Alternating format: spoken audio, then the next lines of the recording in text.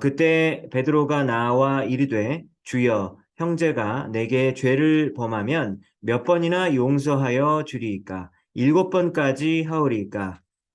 예수께서 이르시되 내게 이르노니 7번. 그러므로 천국은 그 종들과 결산하려 하던 어떤 임금과 같으니 열쇠에 완전하게 진정한 하늘을 그리니 갚을 것이 없는지라 주인이 명하여 그 몸과 아내와 자식들과 모든 소유를 다 팔아 갚게 하라 하니 그 종이 엎드려 절하면 그게 참 그 종의 주인이 불쌍히 여겨 놓아 보내며 그 빚을 탕감하여 주었더니 그 종이가 내게 나려 주시는 사람이 들어 그 동료가 엎드려 간구하여 이르되 나에게 참아 주소서 갚으리이다 하되 악하지 아니하고 이에 가서 그가 빚을 갚으러 오게 하더니 그 동료들이 그것을 보고 몹시 딱하게 여겨 주인에게 가서 그 일을 다 알리니 이에 주인이 그를 불러다가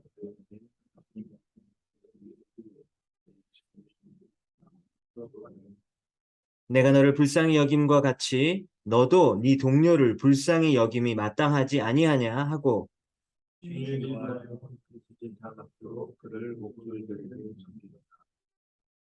너희가 각각 마음으로부터 형제를 용서하지 아니하면 나의 하늘 아버지께서도 너희에게 이와 같이 하시리라. 아멘. 네, 베드로가 예수님에게 나와서 질문을 합니다. 주님, 형제가 내게 죄를 범하면 몇 번이나 용서하여 줄까요? 여기서 형제라고만 얘기했지만 당시에 이 여성 인권이 없었던 것을 생각했을 때 형제 자매가 그 누구든 내게 죄를 범하면 몇 번이나 제가 용서를 해야겠습니까? 하면서 덧붙이죠. 7번 할까요? 라고 베드로가 물어봅니다. 당시 유대교 랍비의 전통에 의하면 어떤 사람이 다른 사람에게 이렇게 죄를 이렇게 짓고 피해를 입히고 기분을 상하게 하면서 이렇게 피해를 주었을 때 3번까지 용서하라는 조항이 이 랍비들의 조항에 있었다고 해요. 그렇다면 베드로는 지금 거기 3번에다가 4번을 더한 거죠. 그래서 7번까지 용서한다라고 이런 질문을 한 거예요. 왜 그러면 그 당시에 맥시멈으로 여겨졌던 3번보다 4번이나 더 추가해서 베드로가 질문을 했었던 걸까요? 정말 7번 정도 용서했다면 인간이 할 수 있는 용서는 다 한 것이다 라는 생각이 사실 깔려 있는 거죠. 7번까지 용서를 했다면 용서에 있어서는 더 이상 부족할 것이 없는 거 아닙니까? 라는 어떤 그런 기대감으로 베드로가 예수님에게 질문을 했었던 것 같습니다. 그러니까 지금 질문이 반복하는 용서에 대한 질문이잖아요. 반복하는 용서에 대해서 예수님에게 진지하게 베드로가 물어본 것을 보면요. 반복해서 베드로를 힘들게 하는 사람이 있었던 것 같죠. 그렇지 않습니까? 관련도 없는 질문을 그냥 뭐 이론적인 걸 질문할 리는 없을 거 아니에요, 베드로가. 그래서 충분히 그런 일이 있었을 것 같아요. 왜냐면 우리 삶에도 그런 일이 있고요. 베드로는 지금 원래 가족들이랑 같이 살고 뭐 물고기 잡고 살다가 예수님한테 이렇게 불림을 당해서 자기가 이 12명의 제자들과 함께 공동생활하는 그 안으로 들어갔잖아요. 여러분, 12명의 이 남자들이 모이고 예수님까지 13명 모여가지고 같이 살고 막 그렇게 먹고 자고 하루 종일 사역하고 그 힘들고 그런 생활을 하면서 얼마나 그 작고 큰 분쟁들이 있었겠어요. 얼마나 크고 작은 그런 일들이 쌓이고 그랬겠습니까? 충분히 짐작이 되지 않습니까? 주일에 예배 시간에 이제 우리가 한두 시간 정도 사실 오게 되고 말끔하게 우리가 최대한 또 차려입고 교회 오잖아요. 그리고 뭐 주일에 예배 드리러 왔는데 우리가 얼마나 예의 있게 서로를 대하겠습니까? 여러분 사실 그런 상태로는요. 그 사람과의 어떤 관계적인 문제에서 많이 문제가 될 것 같진 않아요. 그 정도의 시간으로 그리고 그 정도의 예의를 우리가 딱 갖춘 어떤 그런 상태에서 크게 힘든 일은 없을 것 같아요. 그런데 여러분 한번 여러분 가족을 한번 생각해 보세요. 수십 년을 벌써 함께 살아왔습니다. 한 지붕 아래에서. 그것도 강제로 그렇게 하는 거잖아요. 그쵸? 같이 먹고, 같이 자고, 기쁜 일, 슬픈 일을 함께 이렇게 강제로 함께 겪다 보니까 우리 가족이 이 구성원의 상대방이 어떤 인품을 가지고 있고 성격을 가지고 있고 습관과 취미를 가지고 있는지 너무나 속속들이 잘 알고 있어요. 그렇지 않습니까? 그렇기 때문에 오늘 본문에 여러 번 반복해서 용서하고 이 문제를 생각해 볼 때 실제로 우리 가족들을 생각해 보면 될 것 같아요. 우리가 가족들만큼 수십 번, 수백 번 용서하는 경우가 없지 않습니까? 그렇지 않아요? 저도 오늘 용서해야 했어요. 어제도 우리 가족을 용서하고 우리 자녀를 진짜 정말 죽여 이런 말이 나오고 싶은데 그래도 또 한번 다시 보니까 이렇게 또 용서하고 또 넘어가고 또 저는 또 이렇게 자고 일어나면 다 잊어버리는 스타일이거든요. 그래서 쉽게 아무 일도 없었던 것처럼 그렇게 어렵진 않아요. 사실 저는. 그래서 가족은 이렇게 자꾸 용서를 하게 되는 대상인 것 같습니다. 그래서 그런 면에서 만약에 힘든 어떤 가족 분위기에 만약에 사셨다면 가족이 정말로 용서하기 힘든 대상인 경우가 많잖아요. 그렇죠? 그러니까 그냥 단란한 가정일 것 같지만 그렇지 않거든요. 힘든 가정이 되게 많아요. 그래서 정말로 용서하기 힘든 대상이 우리 가족인 경우가 꽤 많이 있을 것입니다. 그리고 또 동시에 이 가족이기 때문에 사랑하니까 또 가장 깊은 용서를 또 실천을 해 오기도 했었다라고 말할 수도 있을 것 같아요. 예수님의 십자가의 희생으로 죄 용서함을 받았다. 여러분 이것이 기독교의 핵심적인 사실 중에 하나잖아요. 그렇기 때문에 오늘 본문 말씀에 나오는 주제인 이 용서라고 하는 주제는 정말로 중요한 주제입니다. 핵심적인 주제예요. 만약에 이것을 우리가 제대로 하지 못하면 용서하지 못하고 용서받지 못한다면 여러분 우리는 잘못 믿고 있는 걸 거 아니에요? 그렇기 때문에 오늘 주제는 굉장히 중요합니다. 22절에서 예수님이 답을 하십니다. 70번, 7번이라도 하라고 해요. 그래서 문자 그대로 해석을 하면 70번 곱하기 7번 해가지고 490번이잖아요. 그래서 491번째에 복수하라 라고 하는 말은 아닐 것 같잖아요. 그쵸? 이 말은 어떤 말이냐면 용서할 때 거기에 제한을 두지 마라. 용서는 무제한 용서, 무제한으로 용서하라 라고 하는 말이에요. 근데 여러분 이 똑같은 이 마태복음의 본문이 누가복음에도 있거든요. 근데 거기에는 추가되는 말이 있습니다. 근데 사실 누가복음의 말씀은 조금 더 우리에게 위로가 돼요. 왜냐하면 이 나한테 잘못을 저지른 사람이 나에게 와서 회개하고 반성하면 그때 용서해 주라 이렇게 돼 있거든요. 그러니까 그 사람이 만약에 회개하지 않고 그러니까 그렇게 미안해하지 않으면 사실 내가 꼭 용서를 안 해도 된다라는 말로 사실 누가복음에는 그렇게 들려져요. 근데 그게 저는 굉장히 위로가 되더라고요. 왜냐하면 파렴치한 사람들이 많이 있고 그리고 그냥 작은 그런 이런 분쟁 정도가 아니라 정말 범죄에 가까운 일을 저지른 사람이 사실 있거든요. 근데 그런 사람이 자기는 반성도 안 하는데 무조건 용서하라라고 하면 여러분 이게 얼마나 폭력적입니까? 그래서 누가복음에는 그 사람이 회개하면 용서하라라는 말이 사실 추가가 되어 있습니다. 여러분 이제 예수님의 이 말씀을 들으니까요. 그런데 7번씩 70번씩 용서하는 건 정말 너무 많다라는 생각이 들어져요.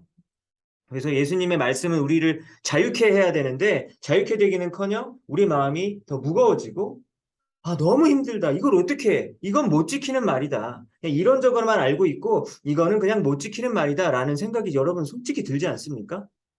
그럴 거예요.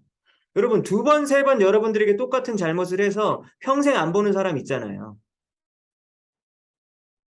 용서하시나 봐요. 전혀 그렇지 않은 것처럼 표정을 하고 계시는데 두 번, 세 번 여러분에게 똑같은 잘못하면 나 저 인간은 내가 평생 안 본다. 솔직히 이런 사람 있거든요. 그리고 그렇게 하는 사람들 너무 많습니다. 교인들 중에서도 그렇게 하는 경우가 얼마나 많아요. 그런데 무슨 7번씩 70번이에요. 이거는 불가능한 얘기잖아요. 이 가르침을 예수님께서 제대로 이해시키기 위해서 비유로 이어서 말씀을 하시죠. 여러분 비유를 예수님이 왜 드셨는지 여러 번 이야기했으니까 왜 비유를 든다 그랬죠? 영적으로 이해할 수 있는 자들에게만 이해될 수 있도록 그렇다면 영적으로 이해를 못할 사람에게는 이게 이해가 되지 않게 하기 위한 것이 비유의 목적이라고 했습니다. 진지하게 예수님을 따를 마음이 없는 사람에게 예수님의 가르침이 헛되이 이렇게 낭비되는 것을 예수님이 원치 않으셨던 것이죠. 그래서 예수님이 비유를 어떻게 드시냐면 천국은 하나님 나라잖아요.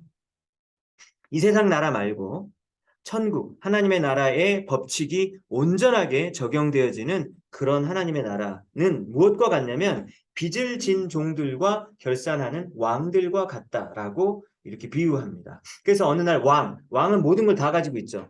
왕은 땅도 다 자기 거죠. 백성들도 다 자기 거죠. 군사도 다 자기가 통솔하죠. 모든 게 다 가지고 있었던 그 사람이 왕이었습니다. 근데 왕이 어떤 사람에게 이제 어떻게 빚을 이렇게 빌려주게 됐었는데 그 액수가 너무너무 커요. 금 1만 달란트라고 합니다.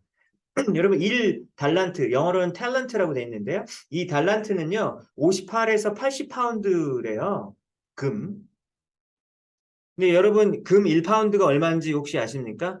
금 가격? 요즘에 많이 올랐잖아요. 그쵸? 제가 오늘 조사해 보니까 1파운드 22,000불이에요.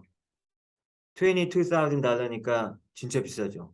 그게 얼마냐면 453g이거든요. 1파운드가. 그러니까 되게 비싸잖아요. 근데 이게 1달란트의 금을 만약에 이제 70파운드라고 하면 1파운드가 방금 22,000이니까 1탤런트는요. 만약에 58에서 80파운드라고 하니까 한 70 정도로 잡는다고 하면요. 1달란트의 금은 154만 불이에요. 154만 달러. 그러니까 1달란트가 154만 불이니까 정말 좋은 집 이런 거? 네, 한 채? 뭐 정말 좋은 집. 근데 1만 달란트래요. 그럼 얼마예요? 154억 달러잖아요. 그러니까 15.4 빌리언 달러예요. 빌리언 달러가 1 빌리언 달러가 15개가 있어야 되는 거니까 뭐 전혀 감이 안 오는 돈이죠. 170조 원 한국 돈으로 170조 원. 그러니까 여러분 이 종이 왕에게 170조 원의 빚을 졌다는 말은 정말 액수가 뭐 그렇게 많다라고 이해하기보다는 절대로 갚을 수 없는 금액의 빚 이렇게 이해하면 되겠죠. 그래서 어떻게 해야 됩니까? 이제 빚을 갚으려면 그래서 왕이 뭐라 그러냐면 너 그리고 종, 아내 그리고 종의 자식들 다 팔아. 네 재산 다 팔아가지고 갚어. 그렇게 해도 170조 원은 여러분 나오겠나요? 절대 나올 수 없는 금액이잖아요. 그래서 종이 막 엎드려가지고 막 빕니다. 저를 좀 참아주세요. 인내해주세요. 제가 다 갚겠습니다. 조금만 시간을 주세요. 이렇게 막 비는 거예요. 갚을 수 있나요? 정말로? 못 갚죠. 이 말을 믿을 수 있는 사람은 아무도 없어요. 왕도 믿을 수가 없을 정도로 너무나 큰 금액이죠. 그래서 27절. 근데 이때 주인이 불쌍하게 여기고 이 빚을 170조 원을 154억 달러를 갚지 않아도 된다라고 말을 합니다. 그러니까 그날부로 그냥 빚이 없어진 것이죠. 28절 갚기 불가능한 액수의 돈을 안 갚아도 된다라고 하는 이 믿겨지지 않는 소식을 들었으니까 여러분 이 종은 얼마나 기뻤겠습니까? 인생이 완전 망가지고 모든 가족들의 인생도 노예가 될 뻔했었던 완전히 망가질 뻔했었던 인생이 이제 새 생명을 얻은 것이나 다름없잖아요. 여러분 빚은 정말 무서운 거잖아요. 근데 도저히 상식적으로 이해하기 힘든 일이 지금 벌어지게 된 거예요. 이 사람이 이 빚을 110조 원을 갚기 위해서 뭘 했습니까? 안 했습니까? 여러분 오늘 본문에 의하면 한 거 없잖아요. 아무것도 한 거 없어요. 아무것도 한 것이 없는데 이 엄청난 빚이 갚아진 겁니다. 근데 이 사람이 이렇게 큰 은혜를 입은 사람이 자신에게 100데나리온의 빚을 진 동료에게 가혹하게 막 하는 이야기가 그 다음에 이제 이어져서 나오는 거죠. 근데 여러분 아까 탤런트 그 달란트 말고 1데나리온은 뭐죠? 당시에 한 노동자의 하루 일당이잖아요. 그렇죠? 그래서 로마 제국 시대인데 로마 제국 시대에 군인들이 하루에 받았던 정도의 돈이라고 해요. 그래서 1데나리온이 뭐 지금 뭐 16센트다 뭐 이렇게도 뭐 나오기도 했는데 하여튼 뭐 하루 일당에 해당되는 그 금액인데 100데나리온이니까 100일치의 월급이니까요. 한 3달치 월급이잖아요. 그러면 진짜 적은 돈은 아니에요. 그렇죠? 꽤 큰 돈입니다. 정말 좀 꽤 큰 돈에 이 돈을 이렇게 빌려줬는데 못 갚는다고 하니까 어떻게 합니까? 목을 잡고 막 너 빚을 갚으라고 막 이렇게 막 폭력을 쓰는 장면이 나와요. 그래서 빚진 자가 이제 똑같이 엎드려가지고 막 빌면서 조금만 기다려달라고 대사가 똑같아요. 조금만 기다려달라고 참아달라고 제가 다 갚겠습니다. 똑같은 대사를 하게 됩니다. 자기가 예전에 방금 그렇게 했었던 처지였었는데 지금 이 사람을 보면서 어떻게 했냐면은 땅바닥에서 빌고 있는 사람을 신고해가지고 감옥에다가 쳐넣습니다. 그러니까 여러분 이 모습을 지켜본 여러 주위 동료들, 종들이 이제 와, 저거 이거 인간도 아니구나 하면서 분노했겠죠. 그래서 주인에게 다 보고했습니다. 그러니까 주인이 이 사람에게 뭐라고 얘기해요? 악한 종아라고 이야기하죠. 악한 종아, evil servant라고 얘기해요. 악하다고 너는 아주. 내가 다 면제를 해줬는데 너도 너에게 빚진 동료를 불쌍히 여기는 게 마땅한 거 아니야? 라고 이제 막 꾸지람을 듣죠. 이렇게 호통을 치면서 막 주인이 분노했어요.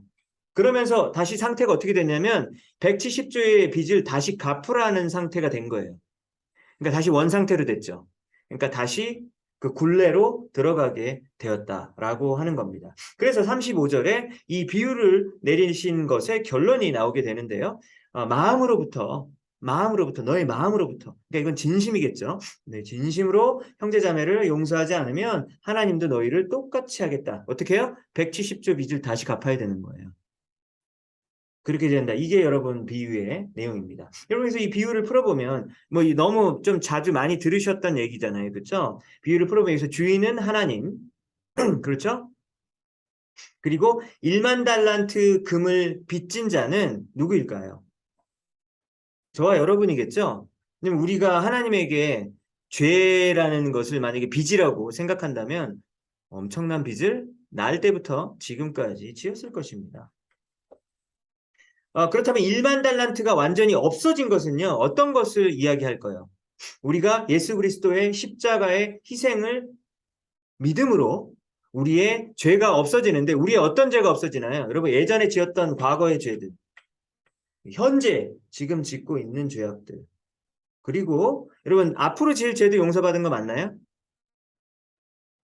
그쵸? 앞으로 지을 죄도 용서 다 받았습니다, 여러분. 그러니까 어떤 사람이면 이제 이런 말을 한 적이 있잖아요. 뭐 자살한 사람은 지옥 갑니다. 그래서 왜요? 그러니까 뭐 그날 지은 죄를 회개를 온전히 하지 못했으니까 지옥 간다. 이런 식으로 얘기하는 거 혹시 들어본 적 있으시죠? 근데 그 말은 좀 맞지 않죠. 왜냐하면 예수님이 우리의 죄를 용서해 줬다라는 거는 우리가 앞으로 지을 죄까지 모든 죄를 다 용서해 주신 거예요.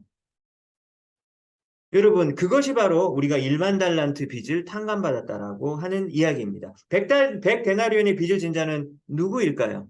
우리를 화나게 하는 사람, 우리에게 상처 준 사람, 그리고 우리를 괴롭히고, 그리고 우리에게 때로는 범죄를 저지른 사람이라고 할 수 있을 것입니다. 100데나리온 빚을 진 자를 감옥에 보냈다는 것은 어떤 것을 의미하게 될까요? 우리가 우리에게 죄 지은 자를 용서하지 않는 모습을 하나님의 관점에서는 백데나리온 빚진 자를 그렇게 험하게 대하는 모습이라고 보여지는 것이죠. 누구의 관점에서? 하나님 관점에서 그렇다는 것이죠. 그래서 하나님께서 우리가 우리 형제자매들의 죄악을 용서하지 않으면 어떻게 된다고요? 네 용서도 다 취소야. 이런 거죠. 그러면 거의 구원이 취소된다라는 식으로 사실 들릴 정도로 굉장히 엄중한 이야기입니다. 그러니까 여러분 오늘 말씀이 되게 무거운 말씀이잖아요. 그렇죠? 오늘 말씀을 통해서 예수님이 우리에게 하시고 싶은 말씀은 여러분 사실은 근데 복잡하진 않아요. 너희의 추악하고 무거운 죄악들을 예수 그리스도가 다 용서해 주었는데 너희는 왜 너희 주변에 있는 사람들을 그렇게 용서하지 않는 것인가? 라는 꾸짖음과 그리고 그것을 실천하라 라고 하는 예수님의 강력한 명령입니다. 근데 여러분 우리도 할 말이 있어요. 용서의 중요성에 대해서 우리가 모르는 바는 아니잖아요. 다 알잖아요. 근데 이게 얼마나 힘든가라는 생각이 듭니다. 저도 이 말씀을 준비하면서 내가 이제까지 용서하지 못한 사람 누가 있을까 생각을 해봤어요. 몇 명이 계속 이렇게 나오더라고요. 제 마음 깊숙이 진심으로 용서가 좀 잘 안 돼요. 마음이 제가 막 이렇게 강팍해지면서 싫어요. 생각만 해도 싫어요. 정말 쉽지가 않더라고요. 근데 제가 설교하기 전에 정말 용서해야겠다. 라는 그런 마음을 계속해서 먹었는데 진짜 쉽지 않더라고요. 알고 있음에도 불구하고 용서라는 게 이렇게 어렵습니다. 그래서 주님한테 이렇게 따지고 싶어요. 주님이 내 사정을 아세요? 주님이 내 같이 당해 보셨어요? 여러분, 주님이 당해 보셨나요? 당해 보셨습니다. 네. 근데 주님은 사실 당해 보셨어요. 우리보다 훨씬 더 험한 일을 당하셨죠. 예수님이 우리의 그런 마음을 아시는지 모르는지 그럼에도 불구하고 너희는 용서해야 된다. 용서는 선택이 아니라 반드시 해야 되는 것이다라고 오늘 본문 말씀에서 이야기하고 있어요. 우리가 만약 형제자매의 죄를 용서해 주지 않으면 하나님께서 분노하시고 그리고 감옥에 넣었던 것처럼 우리의 죄악도 용서받지 못할 것이다 라고 마태복음 6장 14절에도 비슷한 말씀이 나옵니다. 너희가 사람의 잘못을 용서하면 너희 하늘 아버지도 너희 잘못을 용서하려니와 너희가 사람의 잘못을 용서하지 아니하면 너희 아버지께서도 너희 잘못을 용서하지 않겠다. 우리가 어떻게 하느냐를 보고 하나님이 어떻게 할 건지를 결정하시겠다라고 하는 내용이 명백하게 등장하고 있습니다. 여러분, 그래서 오늘 이 말씀을 설교하면서 정말 쉽지 않았어요. 무거운 마음이 떠나지 않았습니다. 왜냐하면 용서가 우리 일상생활에서 일어나는 뭐 작고 큰 어떤 그런 분쟁들, 뭐 좀 목소리 높아지고 그 정도 일들이 사실 대부분이겠지만 그런 것과는 여러분 상상도 할 수 없는 끔찍한 일들을 당한 분들도 우리 주변에 분명히 있거든요. 여러분 자신일 수도 있고요. 여러분 얼마 전에 비트코인 아시죠? 그 코인 회사 중에서 뭐 테라 뭐 이런 거 루나 하는 그 회사가 있었잖아요. 근데 거기가 폭락했잖아요. 99.9%가 폭락했다고 그러더라고요.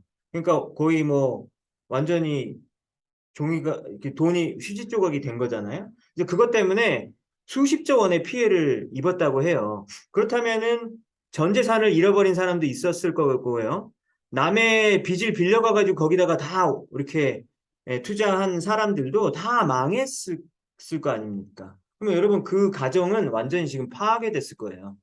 물론 뭐 투기 심리로 한 그 사람 자신에게도 문제를 찾을 수는 있겠지만 여러분 모든 것을 그 잃은 사람들이 이 테러 회사의 창업자이라는 그 사람 있잖아요. 그 사람은 사실은 지금 어디 다른 나라 외국에 가가지고 수백억 원 빼돌렸다고 하더라고요.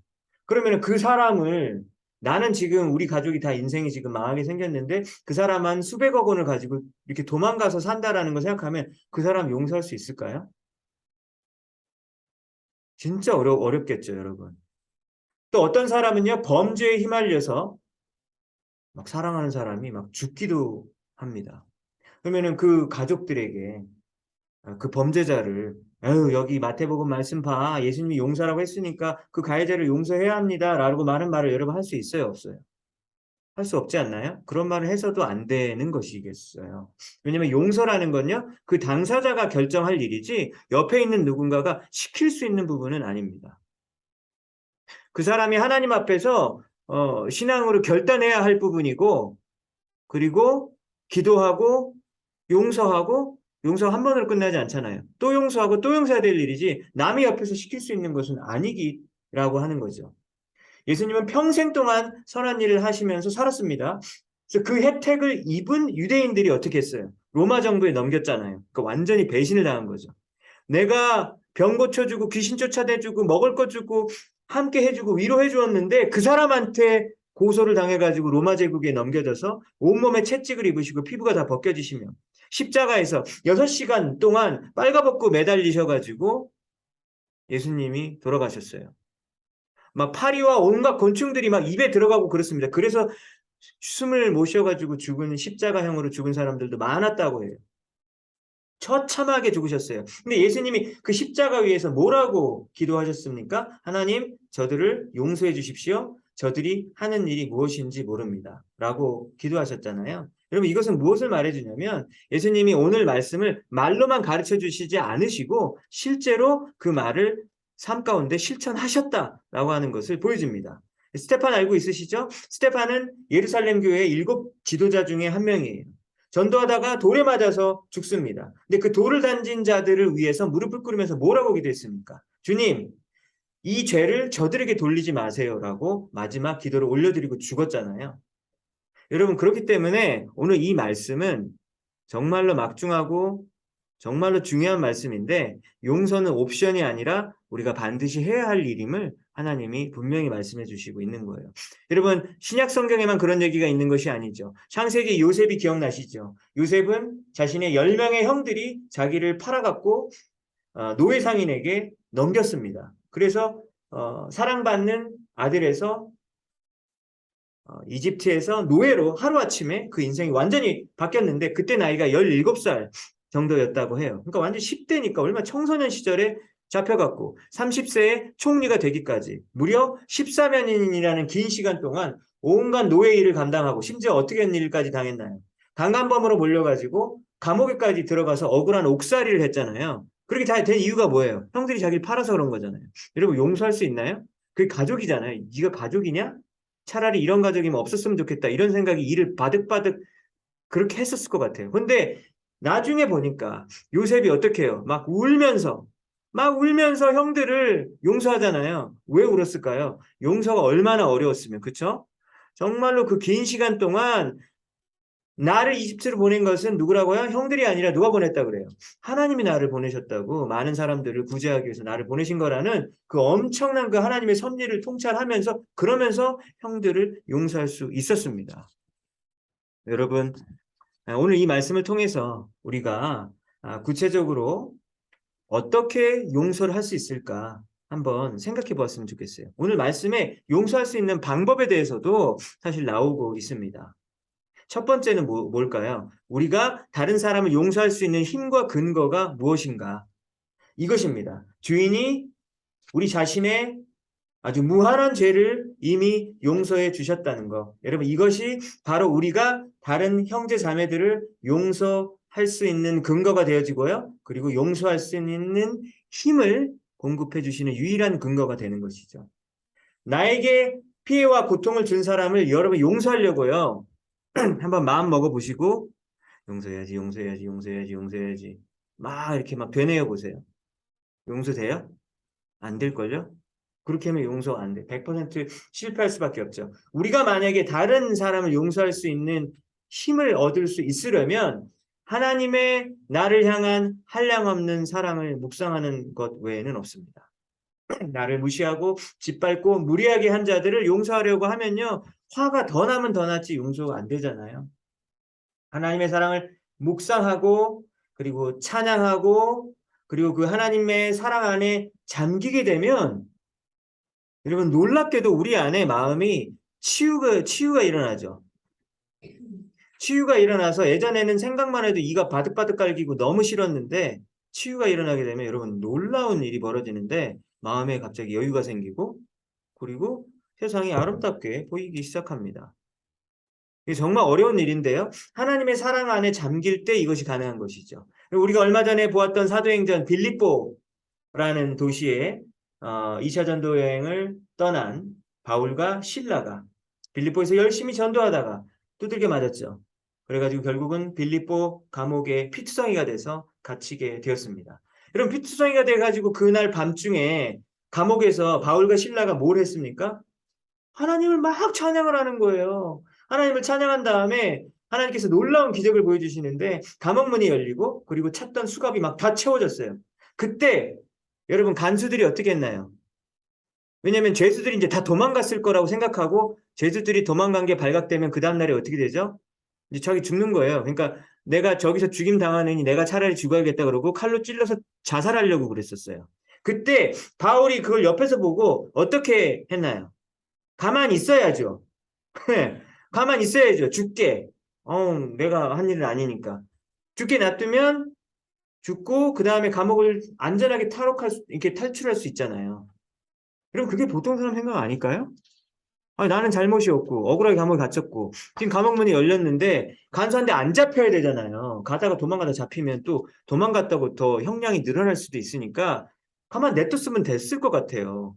그런데 바울이 어떻게 해요? 죽지 마세요 이러는 거예요.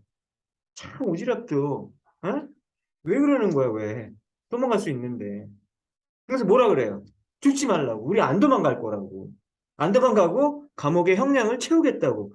이러니까 여러분 간수들이 거기 어떻게 했다고 되어 있어요? 오히려 무서워 떨면서 바울과 실라 앞에 엎드렸다고 얘기해요. 왜냐면 보통 사람이라면 이렇게 할 수 있는 일이 아니거든요. 근데 왜 나보고 죽지 말라 그러지? 죄수가 간수 보고 죽지 말라고 하니까 벌벌 떨면서 그때 엄청난 그 하나님의 사랑에 압도당한 것 같아요. 그러면서 그 사람이 엎드려 이렇게 하면서 나 예수님 믿고 싶다고 그런 얘기를 하는 거예요.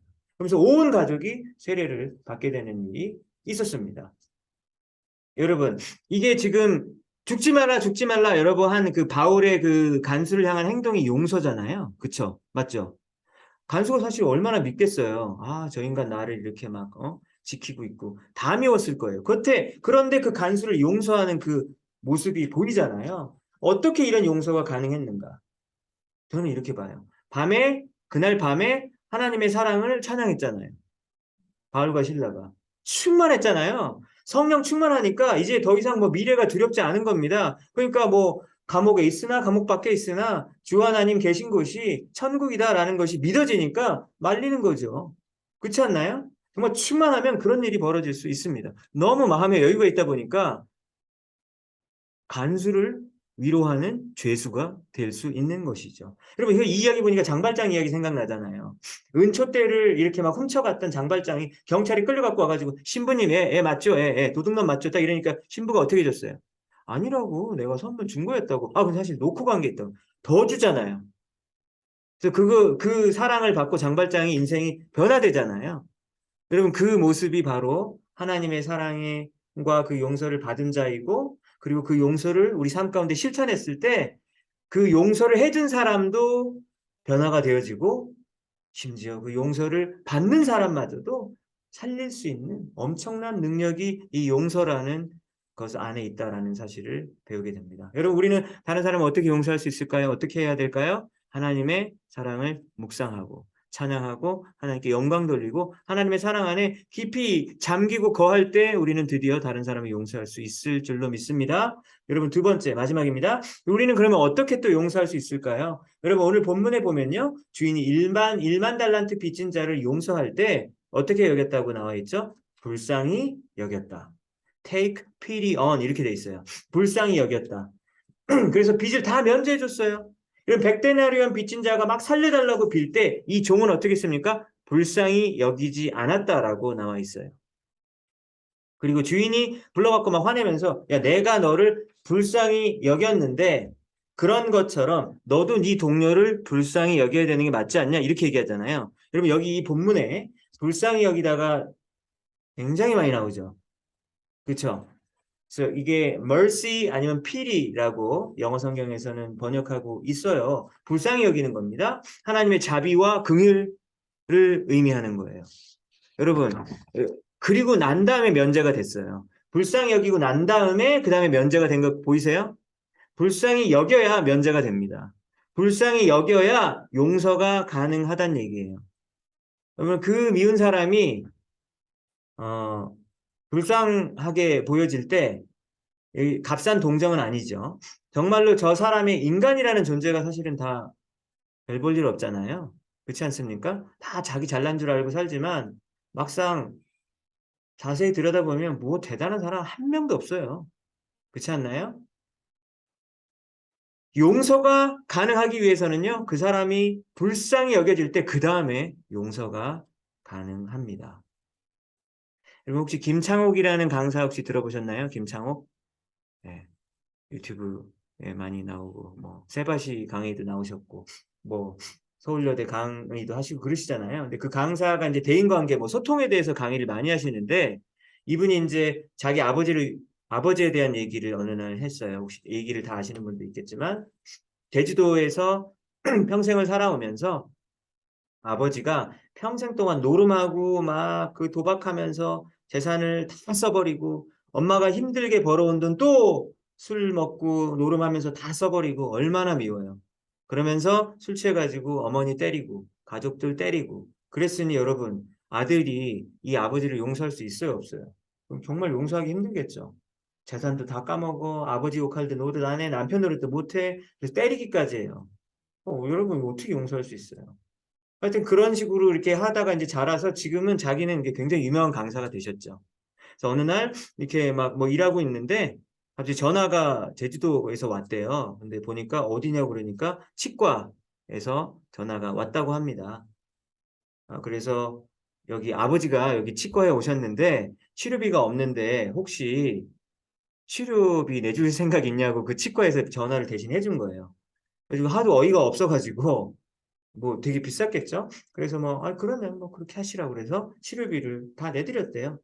그래서 이제 아버지가 바꿔달라고 갑자기 그랬대 치과에서. 그래가지고 아버지가 막 하다가 우리 아들 그러면서 미안해 그러면서 이제 끊으셨대요.